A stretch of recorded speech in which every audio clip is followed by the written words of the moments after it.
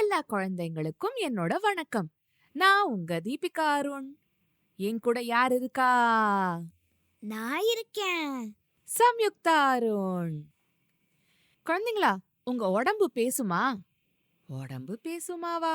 வாய் தான் பேசும். அப்படிதானே சொல்றீங்க? சில டைம் கண்ணு கூட பேசும். கவனிச்சிருக்கீங்களா? இல்லையா? உங்க அம்மா நீங்க ஏதாவது வாலுத்தனம் பண்ணும்போது உங்களை முறைப்பாங்கல்ல, அப்ப கண்ணு பேசும் பாருங்க.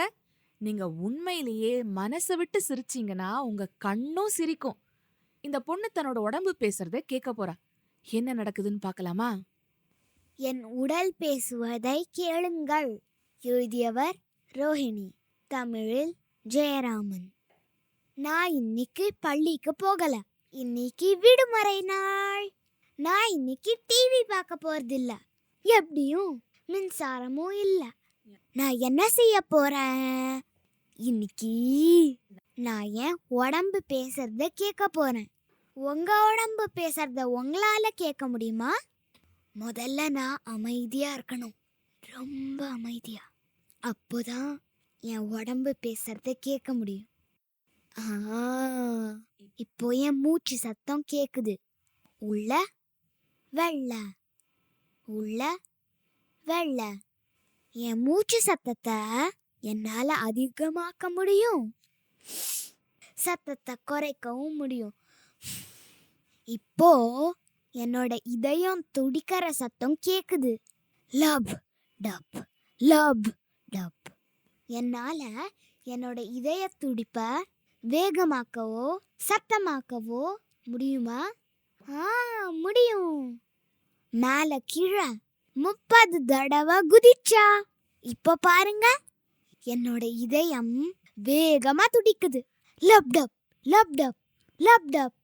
என் மணிக்கட்டுல விரல வச்சா என்னோட நாடி துடிப்பு கேக்குது.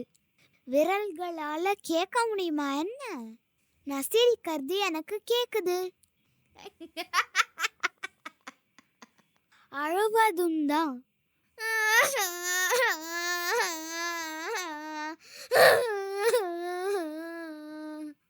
கை தட்டுறது.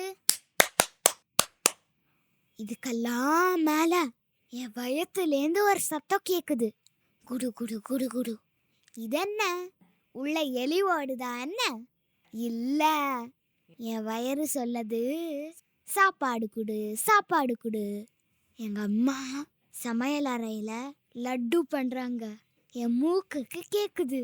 மூக்கால கேட்க முடியுமா என்ன? என் உடம்பு பேசுறத கேட்க, என் உடம்பு பேசுறத கவனிக்க ரொம்ப நல்லா இருந்தது. இப்போ என்னோட தாடைகள் லட்டு மெல்லறத கேட்க போறேன். எங்க அம்மா செஞ்ச சுவையான லட்டுக்களை என் வயிறு விழுங்கறதையும். என்ன குழந்தைங்களா, நம்ம உடம்புல இருந்து எவ்வளவு விதமான சத்தங்கள் வருது இல்ல? காது தான் கேக்கும், ஆனா இங்க மூக்கு கேக்குது, வயிறு கேக்குது. ரொம்ப வித்தியாசமா இருந்ததுல இந்த கதை. நீங்களும் உங்க உடம்பு பேசுறத கவனமா கேளுங்க. ஒரு உதாரணத்துக்கு, உங்களுக்கு தூக்கம் வந்தா ஒரு சத்தம் கேக்கும். அது என்ன சத்தம்? கொட்டாவி சத்தம். வயிறு நிறைய சாப்பிட்டா ஒரு சத்தம் கேக்கும். அது என்ன? ஏப்பம். சரியான பதில். இப்போ நீங்க உங்க உடம்பு சொல்றத கவனிக்கணும். உங்க உடம்பு சொல்றத கவனிச்சீங்கன்னா நிறைய பிரச்சனைகள் வரவே வராது. பசிக்கும் போது பசி அப்படின்னு நம்ம தெரிஞ்சுக்கிட்டோம்னா சாப்பிட்டுடலாம். சாப்பிடாம பசியோட இருந்தா கோவம் வரும். கோவம் வந்தா நம்ம அழுவோம். இதெல்லாம் பண்ணுவோம்ல. அதனால பசிக்குதா அப்படின்னு கவனிங்க உங்க உடம்பு பேசுறத. தூக்கம் வருதா அப்படின்னு கவனிங்க உங்க உடம்பு பேசுறத. அப்படி கவனிச்சீங்கன்னா எந்த பிரச்சனையும் கிடையாது. இனிலேருந்து கவனிக்கிறீங்களா உங்க உடம்பு பேசுறத? சபாஷ். இன்னொரு கதையோட சிட்டுக்குருவி பாட்காஸ்ட்ல நான் உங்களை சீக்கிரமா வந்து சந்திக்கிறேன். அது வரைக்கும் சம்யுக்தா கொட்டாவி விடுறா. அவ உடம்பு அவளுக்கு தூக்கம் வருதுன்னு சொல்லுது.